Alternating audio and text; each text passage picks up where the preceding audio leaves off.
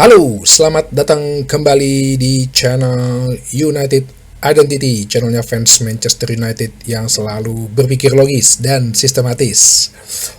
Berita transfer semakin memanas, bahkan hal-hal yang tak terduga sepertinya bakal muncul nih ya, pemain-pemain yang gak terduga bisa jadi tiba-tiba ke klub mana gitu kan.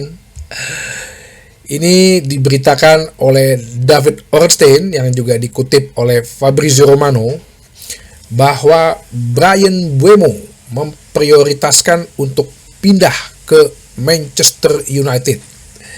Jadi dia menolak Arsenal, menolak Newcastle, menolak Tottenham Hotspur yang pada main di kompetisi Eropa tuh, Arsenal, Newcastle main di Champions League, Tottenham Hotspur juga ya kan main di Champions League.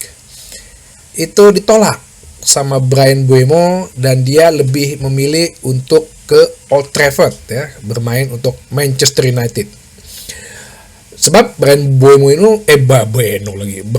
ini memang dia kayaknya harus pindah gitu ya, karena kontrak dia 1 tahun lagi akan selesai dan ada rumor ya, ada desas-desus bahwa pelatihnya Thomas Frank akan pergi. Jadi desas-desusnya adalah pelatih Tottenham Hotspur, Ange Postecoglou, baru dipecat. Yang baru membawa juara Europa League tuh. Dan kemungkinan besar penggantinya antara Thomas Frank sama Marco Silva. Ya kalau dari sisi Mbeumo sih, kalau nanti ada pelatih baru, gua harus beradaptasi lagi.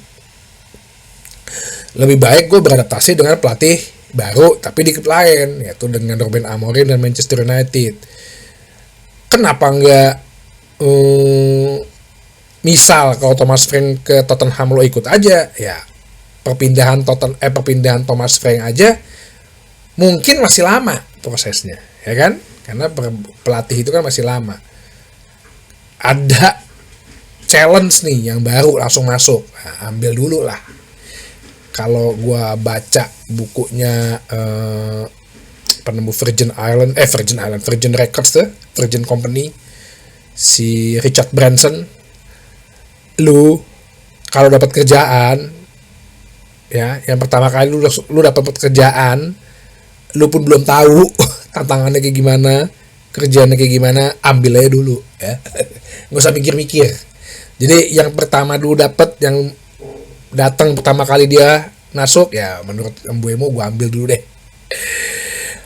Seperti biasa, nada-nada sinis ya langsung menjamur gitu kan, mengatakan bahwa ya nanti Mbeumo juga paling flop ya.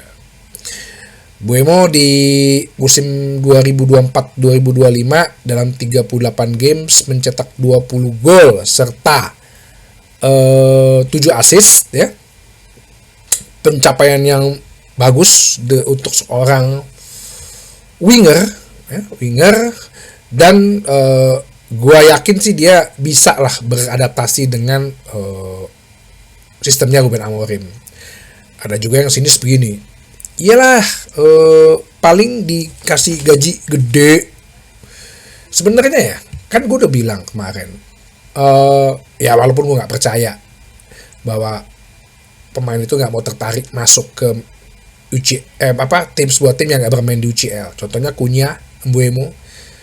Tapi apakah dengan menarik gaji, dengan memberikan gaji yang lebih tinggi itu bisa menarik? Jelas ya, itu nggak bisa lo pungkirin kan. Gue udah bilang yang namanya pemain mau kasih makan dirinya, mau kasih makan keluarganya. Udah prinsip hidup dasar orang itu aja deh. Lo nggak usah ngomongin loyalitas, anak kampung sini, kebanggaan klub mana, pride lo udah nggak usah ngomong begitu deh. Prinsip dasar manusia aja dulu, cari makan udah ya. Ya sekarang ini Mbeumo itu gajinya di Brentford 45.000 pound per pekan. Gue yakin juga sekarang sih manajemen Manchester United kalau dalam soal urusan gaji sih nggak separah 3-4 tahun yang lalu ya. Bahkan parahnya tuh di zaman-zamannya Jose Mourinho dan zamannya Ole sih sebenarnya. Yang paling kesalahan fatal kan sebenarnya bagi gue tuh waktu kita merekrut Jadon Sancho gitu zamannya Ole ya. Ini sih gue nggak bisa pungkirin ya, nggak bisa mengingkari bahwa walaupun Ole itu pelatih terbaik bagi gue sesudah Ferguson, ada juga kesalahan dia, yaitu bagaimana dia kok sangat getol minta si Jadon Sancho. Manajemen akhirnya menuhin, udah nembusnya mahal, gajinya mahal, peningkatannya mahal. Gue rasa dia waktu di Borussia Dortmund gajinya nggak lebih dari 100.000 tuh kayaknya sih. Langsung digaji 340.000 pound per pekan. Ya, itu sih menurut gue ada unsur kesalahan manajemen dan juga pelatih ya. Dan pada faktanya begitu masuk ke Manchester United justru dia nggak nyaman di posisi sayap kanan, maunya di posisi sayap kiri yang udah ada Marcus Rashford gitu. Nah, itu kan bikin kesenjangan kan. Dia datang baru bikin kesenjangan, termasuk juga zaman itu Harry Maguire 190.000 ya. Tapi kalau sekarang sih Harry Maguire dikontrak 7 tahun dengan gaji segitu sih, ya gue berpikir sih wajar-wajar aja. Casemiro 350.000. Kalau itu ya gue harus akui harus dilakukan. Kalau walaupun masih ketinggian, mungkin sebenarnya 300.000 cukup sih. 300.000 per 280.000. Ya dia lagi masa-masa emasnya, habis bawa Real Madrid juara Champions, pindah ke Manchester United, ya walaupun umurnya itu udah 30, tapi kita ngedapetin suatu pemain grade A. Nah, makin kesini sebetulnya masalah gaji pun udah semakin banyak dikurangin gitu. Terbukti kayak Garnacho dapat kontrak itu cuma 50.000. Amad Diallo, kalau lo lihat list gaji pemain-pemain Manchester United ya, si Amad Diallo ya kontribusi seperti itu digaji 120.000 ya. Itu sih wajar karena kan waktu kan Ten Hag kan pernah bilang kan kayaknya mestinya sih pemain Manchester United itu gaji di bawah 200.000 semua. Nah sekarang kalau lo lihat daftar ya cuma 2 nih pemain yang di atas 200.000. 3 sorry, Mason Mount 250.000, Bruno Fernandes 300.000 dan Casemiro 350.000. Ya Rashford ini kan udah mau di offload, udah mau dijual. Sancho juga mau dijual. Sancho tuh agak lucu tuh. Jadi si Chelsea hanya bisa menggaji dia antara 110.000 sampai 140.000. Sancho minta 200.000. Kalau dia ditolak, makan deh tuh. Sedangkan dia ke MU udah menutup pintu kan, apapun yang terjadi lu jual, pergi hush. Jadi kalau masalah gaji ya saat ini sih udah semakin masuk akal lah. Mungkin Buemo ini akan diiming-iming dengan gaji 150.000. Ya itu pun dia di tim lain nggak mungkin dapet. Mau di Hotspur pun dapat di Arsenal, gue bilang nggak mungkin dapet. Mungkin di Hotspur apa di Arsenal mungkin 100.000-an, 120.000. Ya mungkin tambahin lagi dengan plus bonus lah kalau misalnya lu bisa bawa Manchester United juara Liga Champion, masuk ke zona Liga Champion atau masuk kompetisi Eropa tahun depan atau bawa juara Piala ini juga pasti ada bonus-bonusnya yang di iniin. Oke, jadi ada pepatah when you're big you are big. Kalau lo emang besar ya lo tetap besar. Manchester United peringkat 15, tapi kalau namanya udah besar tetap dianggap besar ya. Nama kalau lo walaupun lo dalam keadaan terpuruk tapi nama lo dikenal sebagai orang baik, orang yang bertutur kata sopan, udah nama lo tetap dilihat ya, nggak usah khawatir ya. Oke, jadi kita tunggu aja next negosiasinya. Ya cukup cepat juga sih sekarang nih tim manajemen Cunha ingin mau bergabung langsung negosiasi. Buemo mau bergabung negosiasi. Apakah akan berhenti di situ? Gue rasa enggak ya. Kemarin kan budget 125 juta ya. Ya mungkin udah termasuk budgetnya pembelian Cunha 62,5, berarti masih sisa sekitar 62,5 lagi nih. Harganya berapa nih Buemo nih?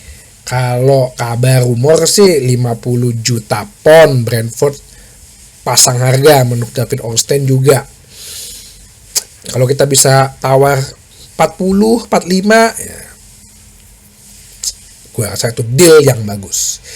Selanjutnya kita akan coba lihat mungkin habis buka 1 Juli untuk sekarang lagi dibuka nih 1 Juni sampai 16 Juni untuk sampai 13 Juni sorry sampai 1 Juni sampai 13 Juni ini kan udah dibuka nih transfer musim panas. Ntar 16 tutup, ntar 16 Juni buka lagi sampai 1 September. Siapa kan pemain yang akan dibeli? Ya itu tergantung pemain yang kita akan jual berapa banyak. Siapa aja dan berapa banyak. Harusnya sih dengan penjualan pemain ya dapat 100 juta, 150 juta sih bisa sih ya kalau dengan Bruno. Plus dengan kalau ada Bruno Fernandes bisa dilepas ya bisa dapat 300 jutaan. Gue pernah bahas tuh. Berita selanjutnya adalah bahwa Rasmus Højlund bertekad stay di Manchester United.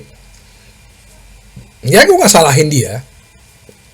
Karena kalau dia pindah, dia juga gak tahu kondisi di tempat sana gimana. Walaupun Liga Italia, Internazionale, Juventus, kabarnya meminatin dia, Napoli.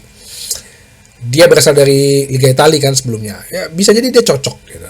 Tapi kalau lo mau stay ya lo juga harus tahu diri Rasmus Højlund. Lo berubah gitu. Jangan main bola kayak orang berantem. Lihat dong Chido Obi gitu, pegang bola, menjauh dari back, terus lo shooting ke gawang, gitu aja tugas striker. Nggak usah ribut jadi atlet WWE gitu. Lo bukan John Cena gitu, atau lo bukan The Rock gitu.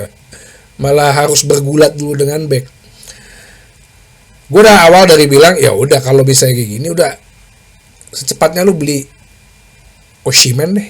Sekarang kalau dia beli Osimhen, Manchester United beli Osimhen ya atau Gyökeres lah. Itu kan udah pasti posisi dia terancam. Ya, kita ngomong logisnya aja nih.